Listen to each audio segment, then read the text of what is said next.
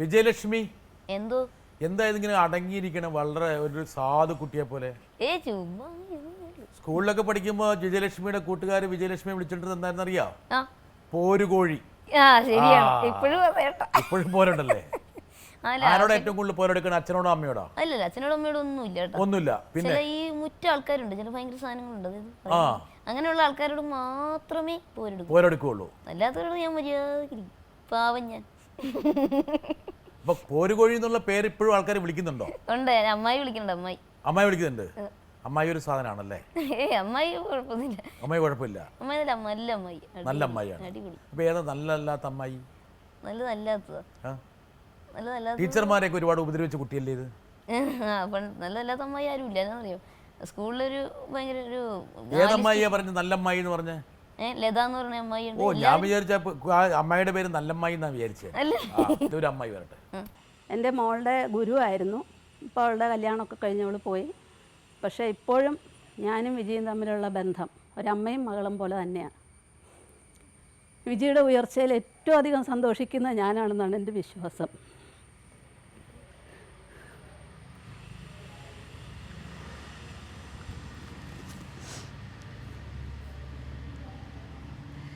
സെല്ലുലോയിഡിൻ്റെ റെക്കോർഡിങ്ങിനാണെങ്കിലും നടൻ്റെ റെക്കോർഡിങ്ങിനാണെങ്കിലും ഞാനും വിജിയുടെ കൂടെ ഉണ്ടായിരുന്നു.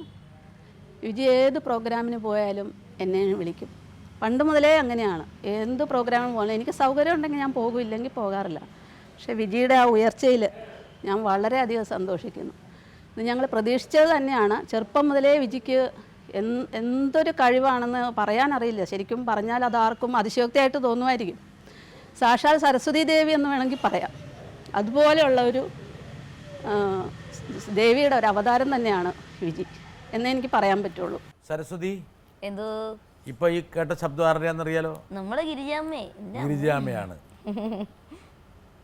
ഗിരിജാമ്മ പറഞ്ഞപ്പോ ഇടയ്ക്ക് കരച്ചിലൊക്കെ വന്നു, അത് കണ്ടില്ലല്ലോ? അത് ഞാൻ കേട്ടായിരുന്നല്ലേ? അതെനിക്ക് മനസ്സിലായി. എന്നിട്ട് ചിരിക്കുകയാണോ ചെയ്യുന്നത്? ആ കരച്ചിൽ കേൾക്കുമ്പോൾ ചിരിക്കുകയാണോ ചെയ്തത്? പക്ഷെ ഇതുപോലെ ഒരുപാട് ഗിരിജാമ്മമാര് വിജയലക്ഷ്മിക്കുണ്ട്. എന്താ കാരണം എന്ന് വെച്ചാൽ, ഇന്ന് ഒരു പക്ഷേ മലയാള സംഗീതത്തിൽ വിജയലക്ഷ്മി നേടിയിരിക്കുന്ന വിജയം കാരണം സ്വാഭാവികമായിട്ടും ഒരുപാട് ആൾക്കാർക്ക് പ്രചോദനം ലഭിക്കുന്നുണ്ട്. വിജയലക്ഷ്മി ഇന്ന് കേരളത്തിൻ്റെ ഒരു സ്റ്റാറാണ്. ഗ്ലാമറൊക്കെ ഉള്ള ആളാണ്. ആ, ഒരു താങ്ക് യു ഒന്നും പറയുന്നില്ലല്ലോ. ആ, ശരി. ഈ ഒരു പദവിയിൽ എത്തുമെന്ന് വിജയലക്ഷ്മി ചിന്തിച്ചിരുന്നു? ഇല്ല കേട്ടോ, തീർച്ചയായിട്ടും ചിന്തിച്ചിരുന്നില്ല. കാരണം അച്ഛനും അമ്മയും എപ്പോഴും പറയും, നമ്മൾ പ്രാക്ടീസ് ചെയ്യുക, സാധകം ചെയ്യുക, സംഗീതം ഒരു കഠിന തപസ്യയായിട്ട് എടുക്കുക. അപ്പോൾ അതിൻ്റെ ഫലം, നല്ല ഫലം ദൈവം അതിൻ്റെ തരേണ്ട സമയത്ത് തന്നിരിക്കും എന്ന് കുറച്ച് ആത്മവിശ്വാസം എനിക്ക് നൽകി. അപ്പോൾ ആത്മവിശ്വാസത്തിൻ്റെ ഫലമായിട്ട് അത് ലഭിക്കുകയും ചെയ്തു, ഭഗവാന്റെ അനുഗ്രഹം കൊണ്ട്. ഇത്രയും വലിയ വിജയം വിജയലക്ഷ്മി കരസ്ഥമാക്കുമെന്നും തൻ്റെ പാട്ടുകൾ എല്ലാവരും മൂളി നടക്കുമെന്നും വിജയലക്ഷ്മി എന്നെങ്കിലും ധരിച്ചിരുന്നോ? ഇല്ല, ധരിച്ചിട്ടില്ല. പക്ഷേ അങ്ങനെ ഒരു ആഗ്രഹം ഉണ്ടായിരുന്നു. കുഞ്ഞുനാളിലെ ഒരു ആഗ്രഹം ഉണ്ടായിരുന്നു. കുഞ്ഞുനാളിലെ പാട്ട് പിടിച്ച വിജയലക്ഷ്മിക്ക് ഒരു പക്ഷേ മുന്നോട്ട് പോകാൻ ഒരുപാട് കാതങ്ങൾ ഉണ്ട് എന്നുള്ള തിരിച്ചറിവായിരിക്കാം ഈ ഒരു അംഗീകാരം ലഭിക്കാൻ കാരണമായി. എപ്പോഴെങ്കിലും ഒരു തളർച്ച അനുഭവിച്ചോ?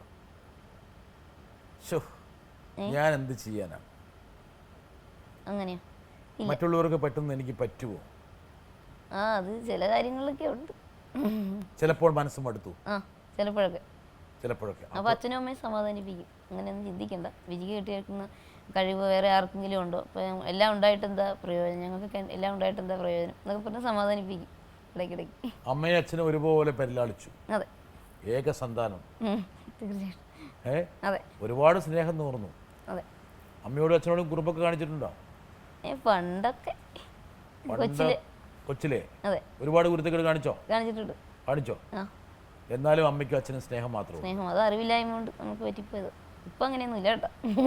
ആ സ്നേഹത്തിലാണ് ഈ വിജയലക്ഷ്മി വളർന്നത്. അതെ, വരട്ടെ, ഇതാരാന്ന് നോക്കിക്കോളൂ. വിജയലക്ഷ്മി ജനിച്ചത് പിന്നെ വിജയദശമി നാളിലാണ്. അതാണ് വിജയലക്ഷ്മി പേര് നൽകിയത്. ഞങ്ങൾ വിജി എന്നാണ് വിളിക്കുന്നത്. അപ്പോൾ ചെറുപ്പത്തിൽ ഒരു 1.5-2 വയസ്സിൽ സിനിമയിൽ കാസറ്റൊക്കെ ഇട്ട് സിന്ധു ഭൈരവി സിനിമയിലെ പാട്ടൊക്കെ പാടുമായിരുന്നു. അങ്ങനെ ഞങ്ങൾ വിജയലക്ഷ്മിയുടെ കഴിവ് കണ്ടുപിടിച്ചിട്ട് അത് നല്ല രീതിയിലൊക്കെ കൊണ്ടുവരാൻ പറ്റി. പിന്നെ കണ്ണ് കാണാത്തതിൽ വിഷമം ഉണ്ടായിരുന്നു. പിന്നെ സംഗീതമായിട്ട് ബന്ധപ്പെട്ട് വന്നുകൊണ്ട് ഞങ്ങളത് മറക്കുകയാണ്.